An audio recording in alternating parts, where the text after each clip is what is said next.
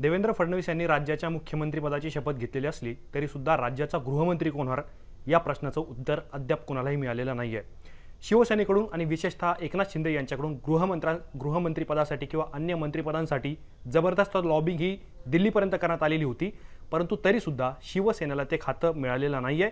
याचं कारण देवेंद्र फडणवीस यांनी आज तकला एक मुलाखत दिलेली आहे आणि त्या मुलाखतीमध्ये त्यांनी गृह खातं हे माझ्याकडेच अर्थात भाजपकडेच राहणार असल्याचं स्पष्ट केलेलं आहे। त्यामुळे एकनाथ शिंदे यांना गृह खातं मिळणार नाही हे आता जवळपास निश्चित झालेलं आहे।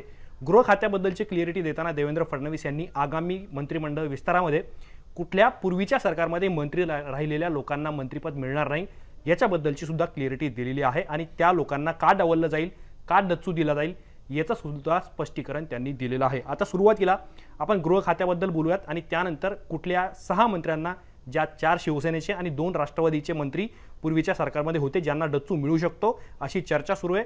फडणवीसांनी तसे संकेत दिले, त्याबद्दल आपल्याला बोलायचं आहे।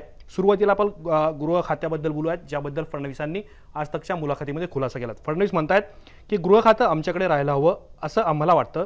केंद्र सरकार किंवा गृह मंत्रालयाशी जास्त वेळा कोऑर्डिनेशन करावं लागतं, कारण नक्षलवादाची समस्या आहे, मुंबई आर्थिक राजधानी आहे, अशा वेळी कोऑर्डिनेशन करणं सोपं होतं। शिंदे किंवा अजित पवार हे पण ते करू शकतात, परंतु पक्षाचा म्हणजे भाजपचा व्यक्ती असल्याने माझा संबंध जास्त येतो, माझं कोऑर्डिनेशन जास्त आहे, त्यामुळं हे खातं भाजपकडे असावं असा आमचा प्रयत्न आहे। एकनाथ शिंदे यांनी निकाल आल्यानंतर सगळ्यात पहिलं ज्याच्यासाठी लॉबिंग केली ते होतं गृह खातं आणि देवेंद्र फडणवीस हे 14 ते 19च्या सरकारमध्ये मुख्यमंत्री होते, त्यावेळेलाच गृह खातं हे त्यांच्याकडे होतं। त्यानंतर शिंदे मुख्यमंत्री झाले, त्या 2.5 वर्षाच्या काळामध्ये देवेंद्र फडणवीस हे उपमुख्यमंत्री असताना गृह खातं त्यांच्याकडे होतं। त्यामुळं मुख्यमंत्रीपद जर मिळालं नाही तर उपमुख्यमंत्री पदावरती असताना गृह खातं आपल्याकडे असावं असा एकनाथ शिंदेंचा जो आग्रह होता तो आता देवेंद्र फडणवीस यांनी मुख्यमंत्री पदाची शपथ घेतल्यानंतर फेटाळून लावलेला आहे। आता देवेंद्र फडणवीसांनी खाते वाटपाबद्दल कुठली क्लिअरिटी दिली, काय त्यांनी त्याच्यामध्ये स्टेटमेंट केलं। मुंबई तकचे संपादक साहिल जोशी यांनी ज्यावेळेला त्यांना आगामी खाते वाटपाबद्दल किंवा खाते वाटपामध्ये कुठल्या मागच्या सरकारमध्ये असलेल्या लोकांना डच्चू देण्यात येईल याबद्दल त्यावेळेस विचारलं, त्यावेळेस फडणवीस म्हणाले की शिंदे किंवा दादा हे त्यांचे मंत्री ठरवतील, आम्ही तिघांनी ठरवलंय की मागच्या सरकारमधील मंत्र्यांचं मूल्यमापन केलं जाईल, काम व चरित्राच्या आधारावर कुणाला मंत्रिपद द्यायचं कुणाला द्यायचं नाही याबद्दलचा निर्णय घेतला जाईल। आता देवेंद्र फडणवीस यांचं हे वक्तव्य याच्यासाठी महत्त्वाचं आहे कारण मागच्या सरकारमध्ये शिवसेनेच्या काही मंत्र्यांना भाजपच्या आमदारांचा विरोध होता, तर उशिराने सरकारमध्ये आलेल्या अजित पवार यांच्या 2 मंत्र्यांना किंवा काही आणखी वेगळ्या मंत्र्यांना सुद्धा भाजपच्या विचारधारेच्या तत्वावर किंवा अन्य कारणामुळे भाजपच्या लोकांनी विरोध केलेला होता। आता सरकार हे नवं आहे, देवेंद्र फडणवीस हे हॉट सीटवर असतील, मुख्यमंत्री पदावरती असतील आणि अशा वेळेला शिवसेनेच्या 4 नेत्यांना भाजपचा विरोध आहे असं सांगितलं जात आहे आणि राष्ट्रवादीच्या 2 लोकांना विरोध आहे। ते लोक कोणते आहेत आणि याची कारणं काय आहेत हे सुद्धा आपल्याला समजून घ्यायचं आहे। सगळ्यात पहिलं नाव अर्थात शिवसेनेचं अब्दुल सत्तार हे संभाजीनगरच्या सिल्लोड विधानसभा मतदारसंघाचे आमदार आहेत। ते मागच्या सरकारमध्ये शिंदेंच्या मंत्रिमंडळात मंत्री होते, त्यांना विरोध असण्याचं कारण काय तर सिल्लोडमध्ये जे भाजपचं लोकल केडर आहे तिथे भाजपचा अब्दुल सत्तार यांना 2019 पासून सततचा विरोध आहे। सुप्रिया सुळे यांच्याबद्दल अब्दुल सत्तार यांनी अत्यंत वादग्रस्त वक्तव्य हे मंत्रिपदावर असताना केलेलं होतं, ज्यामुळे शिवसेनेवरती प्रचंड टीका सुद्धा करण्यात आलेली होती आणि सिल्लोडमध्ये किंवा संभाजीनगरसह जालन्यामध्ये रावसाहेब दानवे यांचा सुद्धा विरोध हा अब्दुल सत्तार यांना आहे आणि त्याचबरोबर नॅशनल एज्युकेशन सोसायटी जी अब्दुल सत्तार यांच्या प्रभावाखाली जी काम करते संस्था त्याच्याबद्दलची जी चौकशी सुरू झाली आहे त्यामुळे सुद्धा भाजपचा अब्दुल सत्तार यांच्या मंत्रिपदाला विरोध असू शकतो।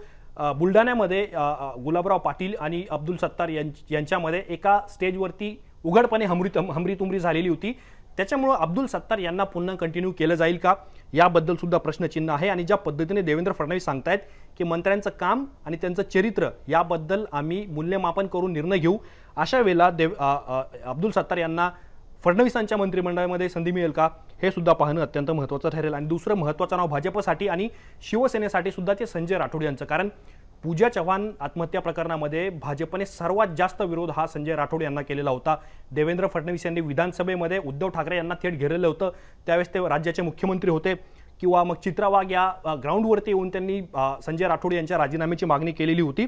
त्याचबरोबर त्या काळामध्ये लैंगिक शोषणाचे आरोप सुद्धा संजय राठोड यांच्यावरती झाले आणि त्यानंतर सुद्धा ते शिंदेंच्या मंत्रिमंडळामध्ये मंत्री झाले आणि त्यानंतर सुद्धा संजय राठोड यांच्या कारभारावरती भाजपचे आमदार नाराज असल्याची सुद्धा चर्चा होत होती। त्यामुळे फडणवीस जे सांगतायत चरित्र आणि काम या दोन निकषांवरती संजय राठोड यांना डावललं जाऊ शकतं. कोकणातला महत्त्वाचा चेहरा पुढचा दीपक केसरकर यांना सुद्धा डच्चू दिला जाऊ शकतो. कारण भाजप, शिवसेना आणि राष्ट्रवादी या तिन्ही पक्षांमध्ये कोकणातले महत्त्वाचे नेते आलेले आहेत. मग उदय सामंत असतील किंवा अन्य वेगळे नेते असतील, या महायुती सरकारमध्ये जास्त मंत्रिपद हे कोकणात जाऊ शकतात. अशा वेळेला जे भाजपच्या आमदारांची जी नाराजी आहे दीपक केसरकर यांच्या कारभारावरती एकूणच, किंवा मंत्रिपदं जी बॅलन्स करावी लागतील आगामी काळामध्ये, किंवा काम आणि चरित्र हे जे निकष फडणवीस सांगू पाहत आहेत, त्यामध्ये सुद्धा दीपक केसरकर यांना डच्चू दिला जाईल का, त्यांच्याबद्दलची काय चर्चा होईल हे सुद्धा आपल्याला पाहणं महत्त्वाचं ठरेल. आणि मराठवाडा किंवा पश्चिम महाराष्ट्राच्या काही भागमध्ये जिथे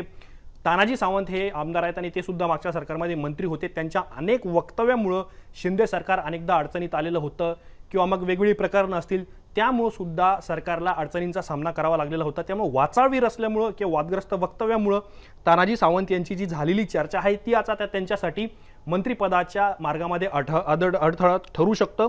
आणि त्याचबरोबर भाजपचे कार्यकर्ते किंवा भाजपचा केडर सुद्धा त्या भागामध्ये तानाजी सावंत यांच्या कारभारावरती नाराज आहे. त्यामुळे त्यांच्या कामाची शीर्ष नेत्यांकडून म्हणजे देवेंद्र फडणवीस यांच्याकडून जे मुख्यमंत्री आहेत आणि दोन त्यांचे उपमुख्यमंत्रीपद आणि विशेषतः एकनाथ शिंदे यांच्याकडून सुद्धा त्यांच्या कामाची तपासणी केली जाईल आणि त्यानंतर त्यांना मंत्रिपदावरती ठेवायचं की नाही हा निर्णय घेतला जाईल. आता आपण 4 शिवसेनेचे मंत्री बघितले मागच्या सरकारमधले, ज्यांना संधी मिळेल की नाही याच्याबद्दल आपण बोललो. पण आता 2 नावं अशी आहेत जी अजितदादांच्या राष्ट्रवादीची आहे आणि ती सुद्धा अत्यंत महत्त्वाची आहे. त्यातलं पहिलं नाव हसन मुश्रीफ यांचं. कारण हसन मुश्रीफ हे महाविकास आघाडी सरकारमध्ये उद्धव ठाकरेंच्या काळात मंत्री होते.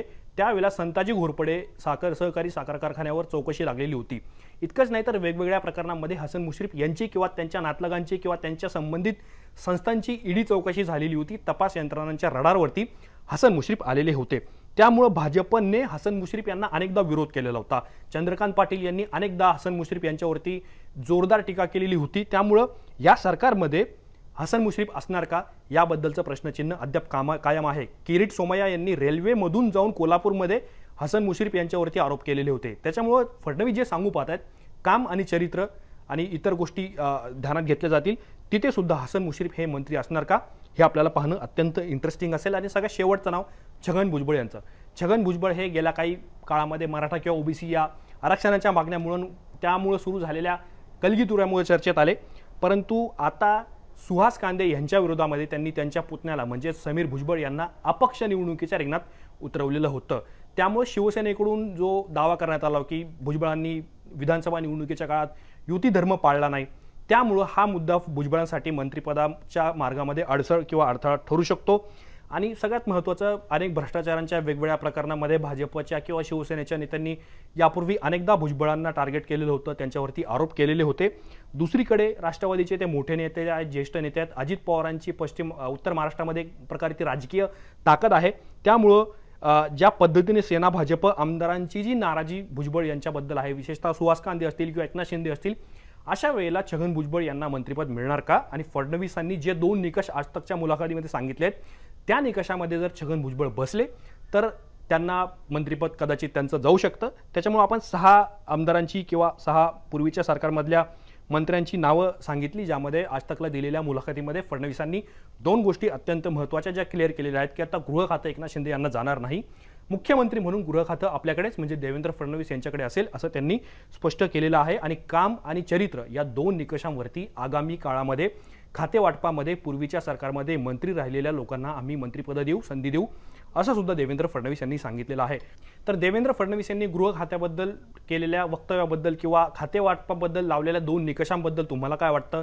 ही मुलाखत तुम्ही मुंबई तकच्या यूट्यूब चॅनलवरती पाहू शकता किंवा फेसबुक ट्विटरवरती ही सुद्धा मुलाखत तुम्ही पाहू शकता. या सगळ्या प्रकरणांबद्दल तुम्हाला काय वाटतं हे तुम्ही आम्हाला कमेंट बॉक्समध्ये लिहून सांगू शकता. असेच माहितीपूर्ण व्हिडिओ पाहण्यासाठी पाहत राहा मुंबई तक.